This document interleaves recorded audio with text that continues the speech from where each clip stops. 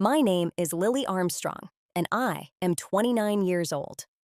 3 weeks ago, I stood in courtroom 402 in Chicago, watching my own father try to strip away the legacy my grandfather spent a lifetime building. He stood there, smirking as he showed the judge a photo of me in a stained apron, shouting for the whole room to hear. "She's nothing but a waitress. She's a failure who doesn't deserve a dime of the Whitaker estate." The room erupted in mocking laughter, but I didn't flinch. What my father didn't know was that while he was busy forging signatures on my grandfather's accounts, I was serving as a captain and JAG officer in the U.S. Army. That waitress job was a tactical surveillance mission to watch him walk right into his own grave. I looked him dead in the eye and said, "I admit it. Everything in that photo is real." He thought he had won. He didn't realize that in the military, silence is just the final step before you pull the trigger. If this story hits home for you, like and subscribe, and leave your local time in the comments. Now, let's get into the story. The winter outside Chicago's courtroom 402 was unforgiving, and the draft found every gap in the ancient masonry. The sound of the wind was a constant, sharp whistle, much like the sound of a blade being drawn across steel. Inside, the atmosphere was suffocating. A thick, cloying mixture of old pine floor cleaner and the sharp, bitter scent of cheap coffee that the onlookers had brought in from the street. I stood behind the mahogany table, my spine a rigid line of iron. I wasn't wearing my medals or the uniform I had earned through years of grit. I was just in a simple, oversized gray sweater. My eyes were locked on a small, insignificant crack in the plaster of the far wall. It was a mental anchor, a way to keep my mind sharp while the air in the room turned toxic. My father, Mr. Whitaker, stood just a few feet away, smelling of expensive cologne he had likely bought with money he didn't have. He was a man who saw the world as a series of accounts to be drained. He turned to the gallery, his face twisting into a mask of righteous indignation. "Look at her," he said, his voice projecting to the very last row where my relatives sat like vultures. My father left his entire life's work to a girl who doesn't even have the ambition to keep a real job. He pulled a glossy 10x8 photo from his briefcase and slapped it onto the evidence table with a theatrical flourish. "She's a waitress, a simple bumbling girl carrying coffee for $3 an hour while my father's house falls into neglect." The photo was clear. There I was at the rusty anchor, my face smudged with a bit of flour, a stained green apron tied around my waist. I looked small. I looked ordinary. I looked like exactly what he wanted the world to see: a failure. A low ripple of laughter spread through the room. It wasn't the kind of laughter that comes from joy. It was the sharp, jagged sound of people who felt superior by looking down on someone else. Aunt Martha shook her head in staged disappointment. She was wearing the expensive wool coat I had bought for her when she claimed her heater was broken last winter. I heard the hushed tones of my cousins, the same ones who had sent me emails last Christmas asking for loans, because they knew I was getting a steady paycheck from the government. They didn't see the woman who had spent nights in the dirt 3,000 miles away. They only saw a girl who had lost her grip on a fortune. I didn't move an inch. I didn't even blink. I could feel the phantom weight of my heavy leather duty boots on my feet, a sensation so strong it made my simple flats feel like lead. It was a trick of the mind, a way to keep my center of gravity low. In the silence of the room, I could feel the vibration of my phone in my pocket. 17 distinct pulses. 17 attempts by the people in this very room to reach me, to demand their share, to play on a family bond that they had shredded years ago. I turned my gaze slightly to look at my father's lawyer. He was a man of expensive silk ties and shallow smiles. He was pacing, his hands moving in wide, unnecessary gestures. His shoes clicked rhythmically against the linoleum floor as he moved toward the judge's bench. I watched him the way a scout watches a target from a distance, noting the sweat on his upper lip, the way he avoided looking me in the eye. He was so certain of his victory that he was already making mistakes, revealing his hand far too early. The judge adjusted his glasses. "Ms. Armstrong," he said, his voice echoing in the room, Your father's counsel has presented evidence that you have spent the last 3 weeks working as a server in a suburban coffee shop, completely ignoring the management duties outlined in your grandfather's will. Do you have anything to say in your defense? I took a deep, steady breath, feeling the biting cold hit the back of my throat. I didn't look at my father, whose face was glowing with a sickening sense of triumph. My voice was as steady as a heartbeat, flat and hard. I admit it, Your Honor, I said. Everything in that photo is real. I worked those shifts. I took those orders. My father let out a breathy, sharp laugh of victory. He leaned back, his chest puffing out as if he had already won the $11 million. He looked around the room, basking in the approval of the crowd. He had no idea that by getting me to say those words, he had just stepped onto a landmine he would never see coming. 17 years ago, the Chicago winter didn't just settle over the city, it tried to break it. I was 8 years old, standing in the drafty foyer of my grandfather's stone mansion, feeling the cold seep through my thin coat. My parents weren't looking at me. They were too busy shouting at each other about the logistics of their new life in California. To them, I wasn't a child to be protected. I was a line item on a balance sheet that simply wouldn't add up. I was a financial error, a mistake they were finally ready to write off. The biting Chicago wind howled against the window panes, reminding me that the world outside was just as cold as the man standing before me. The sound of their heavy suitcases dragging across the oak floor was hollow and dry, echoing through the house like a final judgment. They didn't even look back as they walked out into the gray slush of the morning. They were headed for the sun, and I was just extra baggage they couldn't afford to carry. I stood there, my small hands gripping the straps of my backpack until my fingers went numb, watching their car disappear down the long driveway. They never once turned around. In that moment, I became invisible. My grandfather, Colonel Henry Whitaker, didn't offer a hug or a kind word. He stood on the landing of the stairs, the sharp smell of heavy pipe tobacco and the metallic scent of his metals clinging to him like a shroud. He looked at me with eyes that had seen too much war to be moved by a child's tears. He reached into his deep pocket and pulled out a heavy silver stopwatch. He clicked it once, the sound sharp as a whip. I looked at the silver stopwatch in his hand, its steady ticking marking the exact moment my childhood officially ended. 5:30 tomorrow morning, he said, his voice like gravel grinding together. If you aren't on the lawn, you don't get breakfast. There is no room for weakness in this house. That was my introduction to the rest of my life. It was a training ground I never asked for, but it was the only home I had. I learned that in the Whitaker house, love wasn't a right. It was a currency you earned through hard work. While other girls were playing with dolls, I was sitting in his library, forced to read through stacks of legal contracts. He made me find the hidden clauses, the small print that could ruin a man. I spent my Saturday nights cleaning his leather boots until they shone like black glass, my small hands aching from the constant rubbing. My parents only showed up in the mail, but they never sent cards for my birthday. They sent letters to my grandfather, always demanding money. I remember one summer evening, watching through the crack of the study door as they made a rare, desperate appearance. My father was literally on his knees, begging for a check to save some failing deal in Los Angeles. My grandfather didn't even stand up. He reached across the desk and slapped him across the face, a hard, flat sound that stopped the air in the room. "You're a leech," my grandfather told him, his voice full of cold disgust. I saw my father's face then. He wasn't ashamed. He was just hungry. He didn't care about the slap. He only cared about the money. Years later, when I was a young officer, I stood by my grandfather's bed as he lay dying. He gripped my hand with a strength that surprised me. "I'm leaving the entire $11 million to you, Lily," he whispered. I tried to speak, but he shook his head. "I'm doing it because you're the only one who hasn't let greed rot your soul. You're the only one who knows the value of hard work." But he made me promise him one thing. He wanted me to prove I could protect the legacy from the vultures who shared my blood.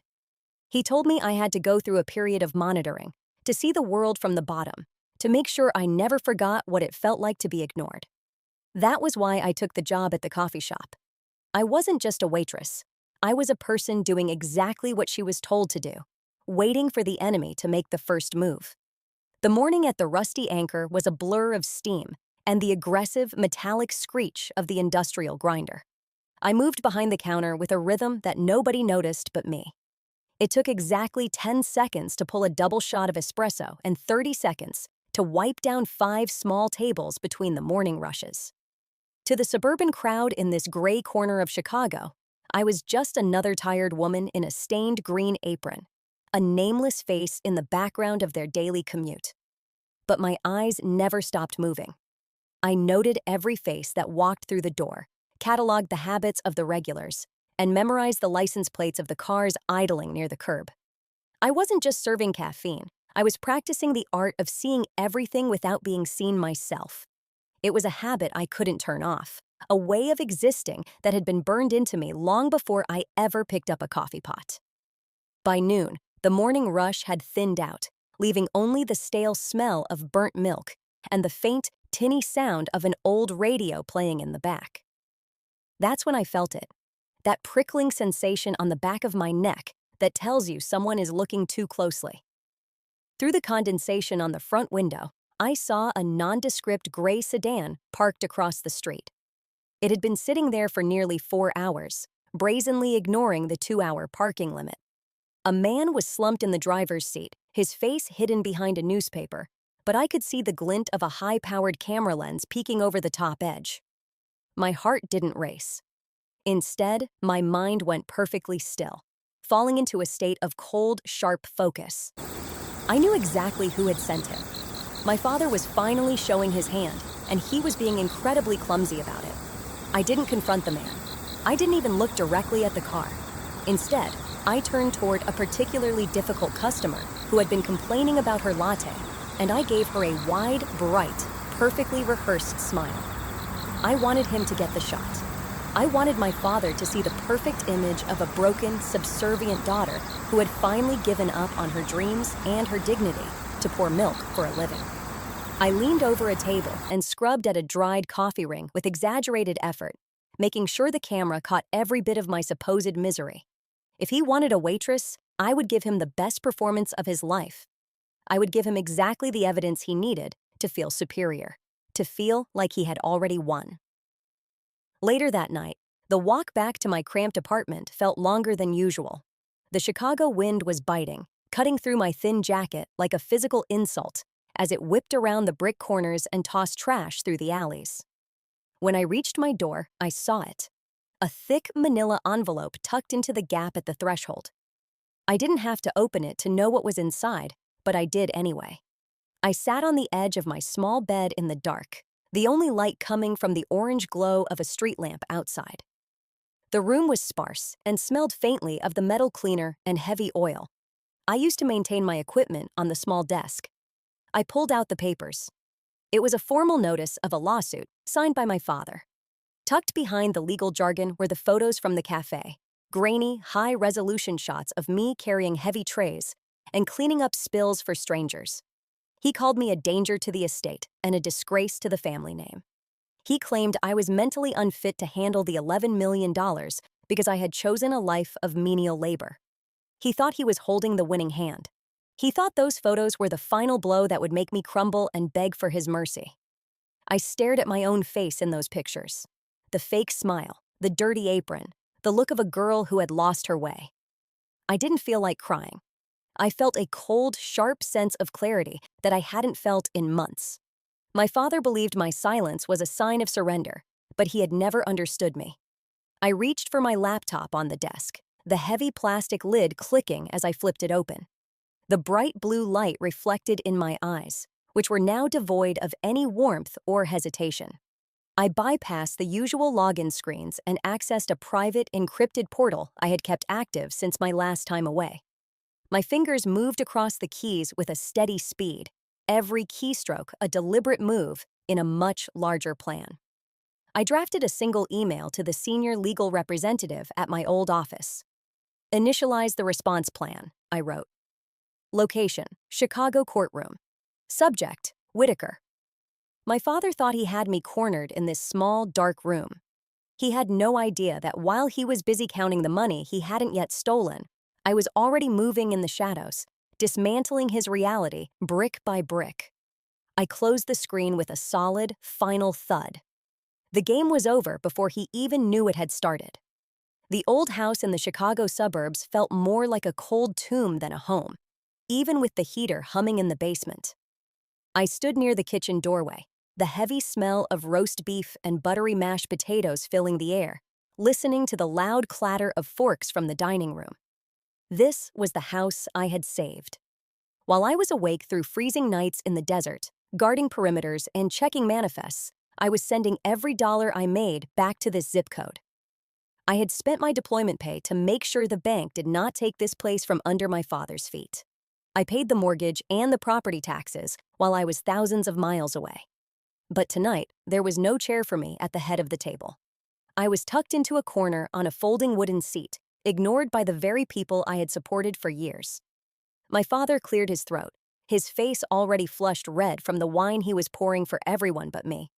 He looked around the table at my aunts and cousins, his hand-picked audience of scavengers.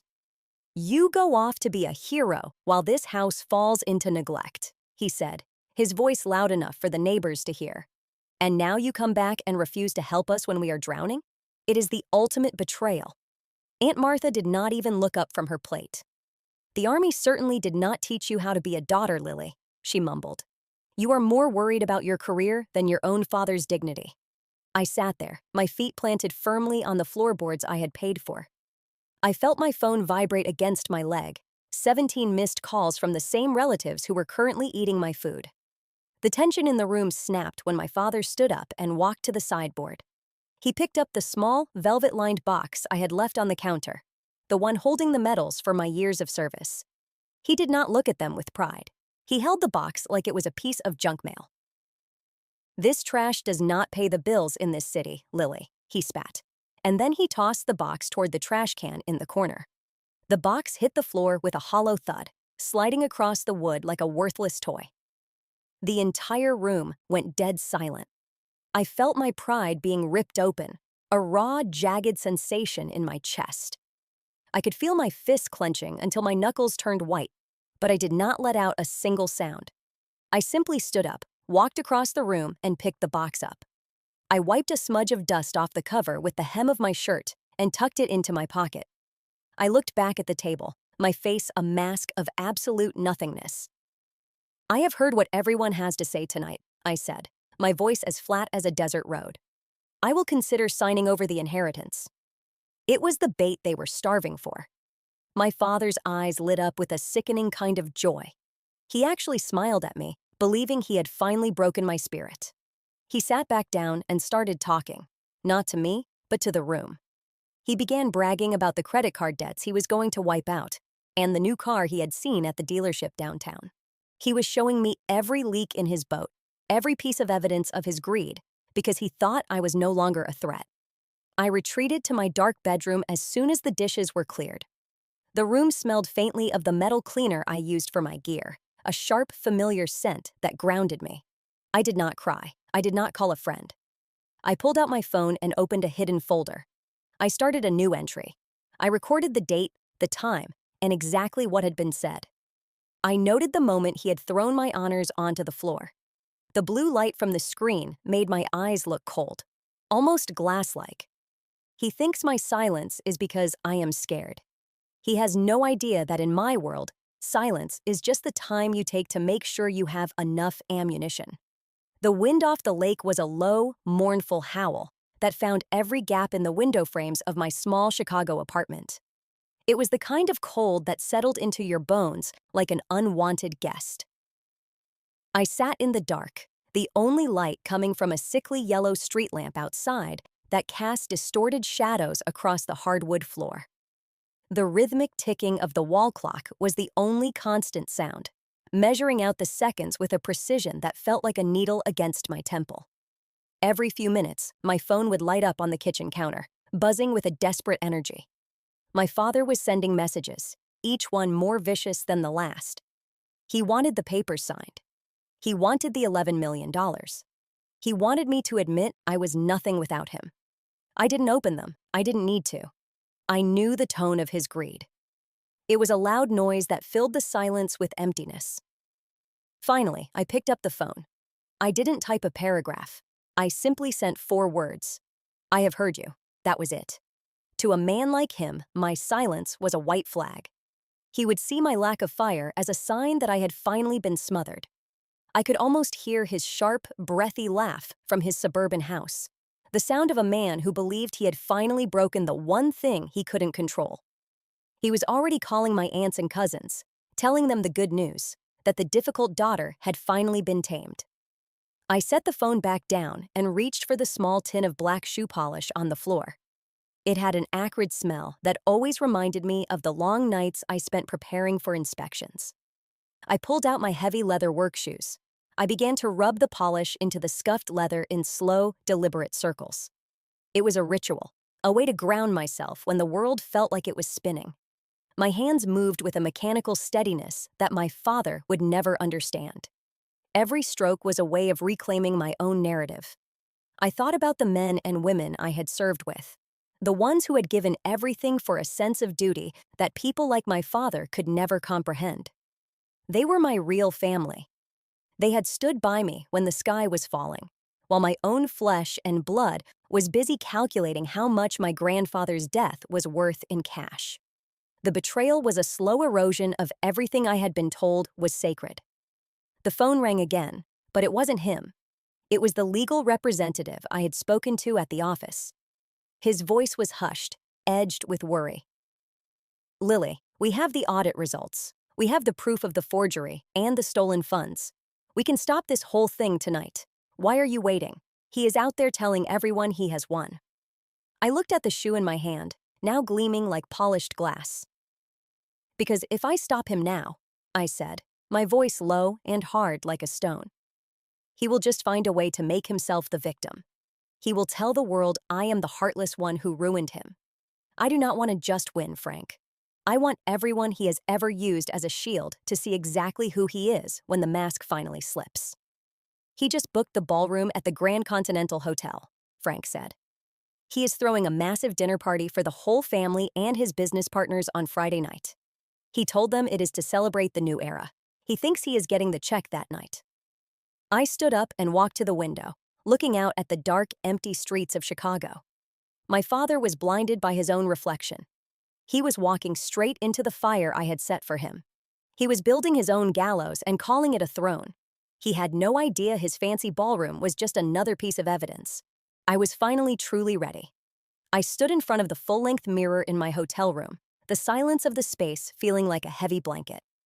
The suit I had chosen was navy blue, the fabric stiff and expensive, with lines so sharp they felt like a protective casing around my ribs.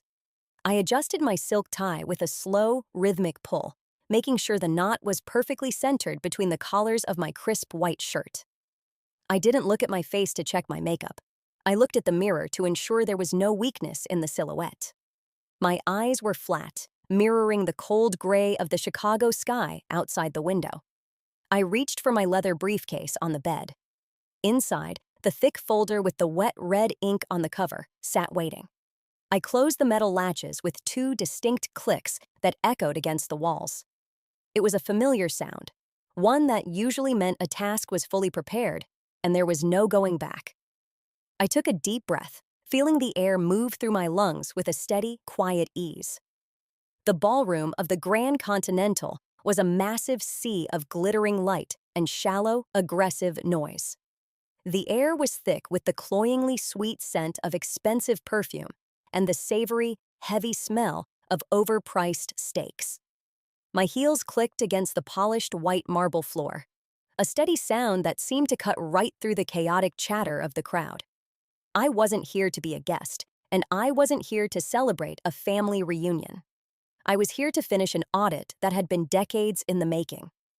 I scanned the room with a slow, practiced gaze, noting the exits, the positions of the hotel staff, and the way the light hit the corners of the ceiling.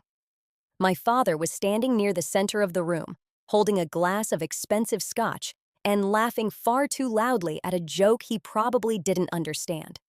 He saw me and began walking over, his face flushed with the kind of smug pride that only comes from a man who thinks he has finally stolen something of immense value. He patted my shoulder in front of a group of local businessmen, his hand feeling heavy and unwanted. "Finally, you have come to your senses, Lily," he said, his voice loud enough for the surrounding tables to hear. I looked him directly in the eye. I did not feel any hate, and I did not feel the urge to argue.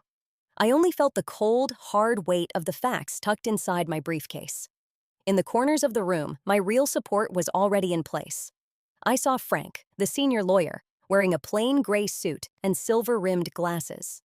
He was leaning against a marble pillar, sipping a glass of mineral water and looking like just another bored professional. Near the back service door, a tall man with very short hair and an expensive watch stood perfectly still, watching the room with a quiet, dangerous intensity. He was a high-ranking official I had worked with for years, but tonight he was just another face in the crowd. We did not wave or acknowledge each other.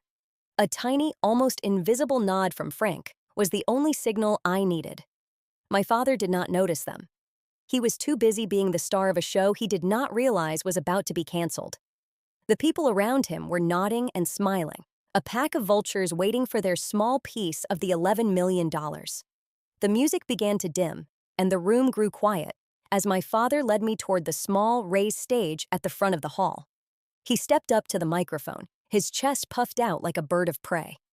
He called for everyone's attention, his voice echoing through the high-end speakers. "I have a very special announcement to make tonight," he said, his voice booming with a fake sense of warmth.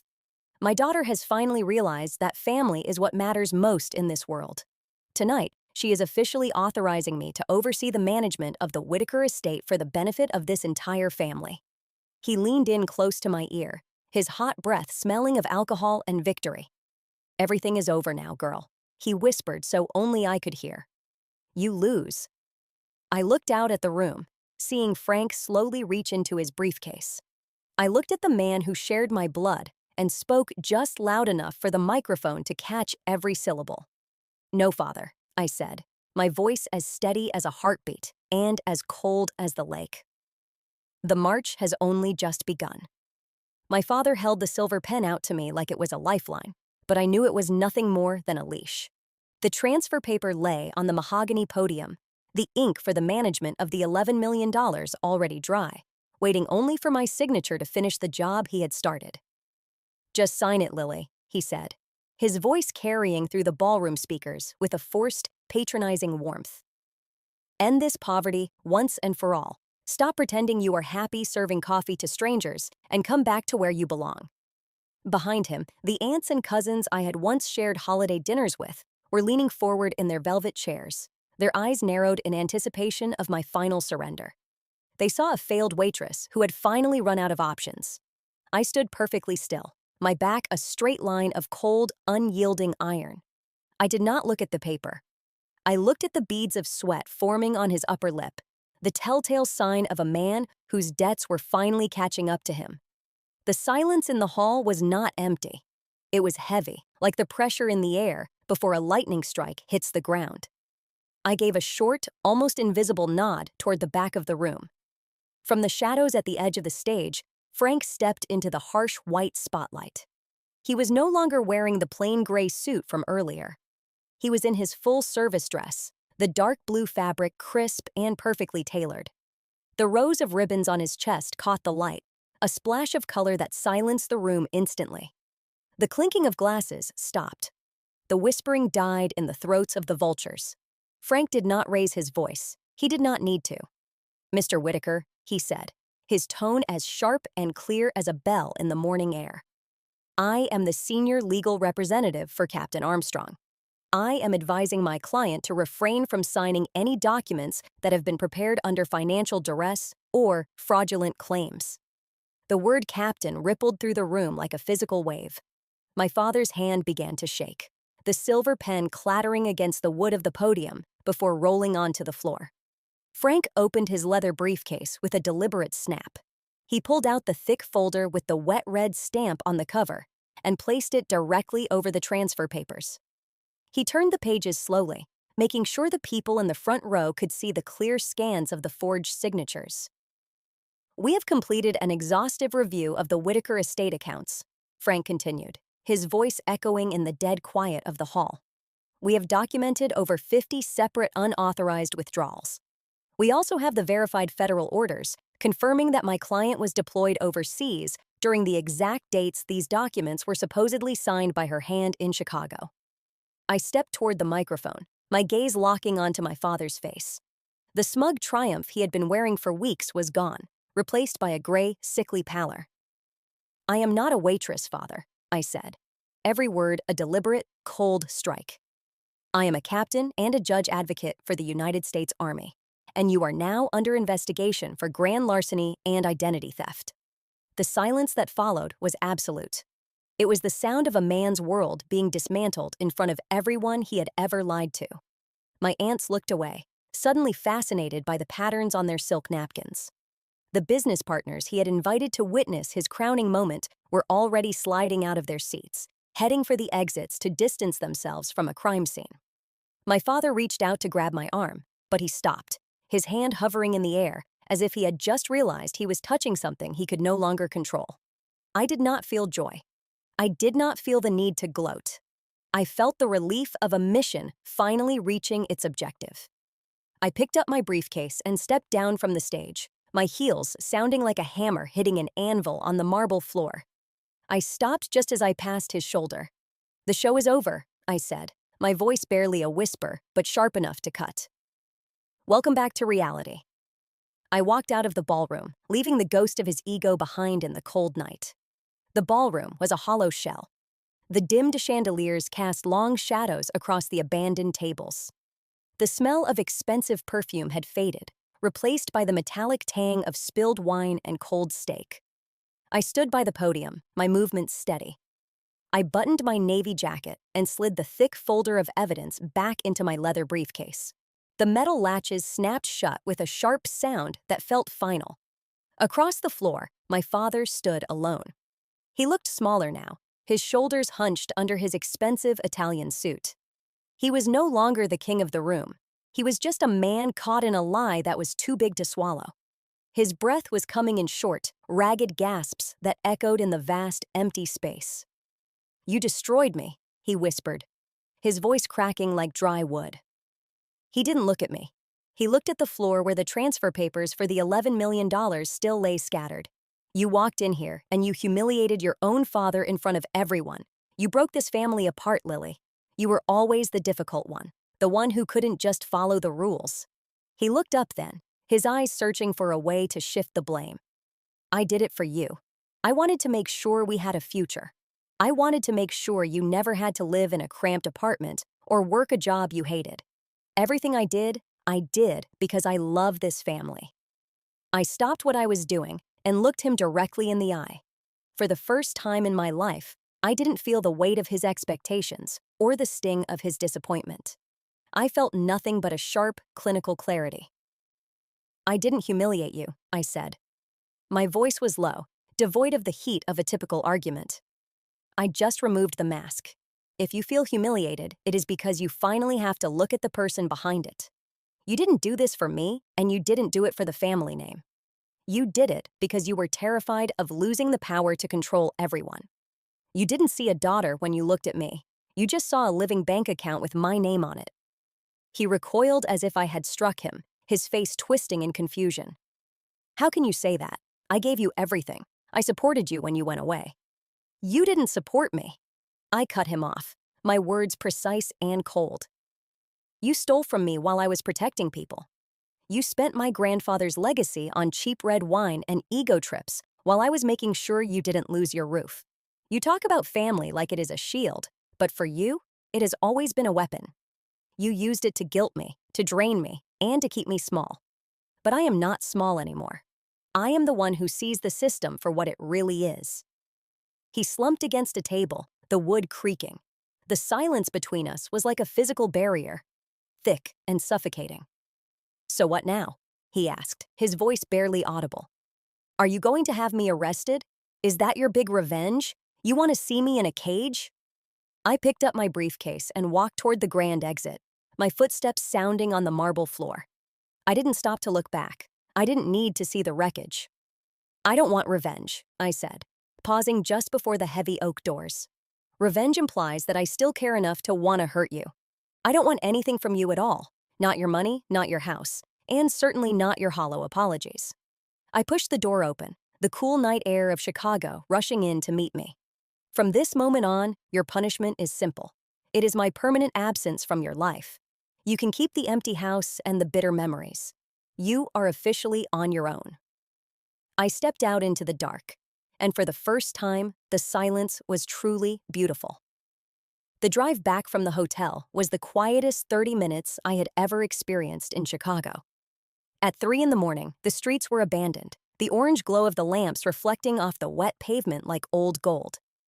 I watched the city sleep through the windshield, my hands loose on the steering wheel for the first time in months. The high-tension energy of the ballroom was gone, replaced by a cool stillness that felt right. I parked the car and walked up to my small apartment, the stairs creaking under my weight like a familiar greeting. Inside, I did not turn on the lights. I let the moon guide me through the living room. I took off the navy suit jacket and hung it in the closet, the metal hanger making a solitary click. It was a simple movement, but it felt like a heavy piece of armor was finally being stripped away from my body. I was no longer the daughter fighting for a seat at a table that did not want me. I was just a person in a quiet room, and for the first time, that was enough. I started the coffee machine, the low gurgling sound of the water filling the silence. As I waited for the dark liquid to fill my mug, my phone vibrated. It was a long message from Aunt Martha about the sanctity of blood and the tragedy of a misunderstanding. She suggested a family dinner next Sunday to heal the wounds. I read the words once, seeing the same manipulation they had used for years. They did not want my forgiveness. They wanted a way back to the $11 million that were now locked behind a legal wall they could never climb. I did not feel anger or disappointment. I felt a strange kind of boredom. I did not reply. I simply tapped the trash icon and watched the message vanish. The silence was now a permanent border, a line in the sand that I would never allow them to cross again. I took a slow sip of the hot coffee, the bitterness grounding me in the present moment. I sat in the old wooden chair by the window, looking out toward the dark horizon where the lake met the sky. I pulled out the brass compass my grandfather had given me when I was 10 years old. The metal was cool against my skin, worn smooth by decades of use. I ran my thumb over the small, jagged scar on my palm, a reminder of a night in the desert when the world felt like it was ending. That scar was a mark of survival, just like the silence in this room was a mark of victory. I realized then that the fight with my father had been just as brutal as anything I had faced overseas.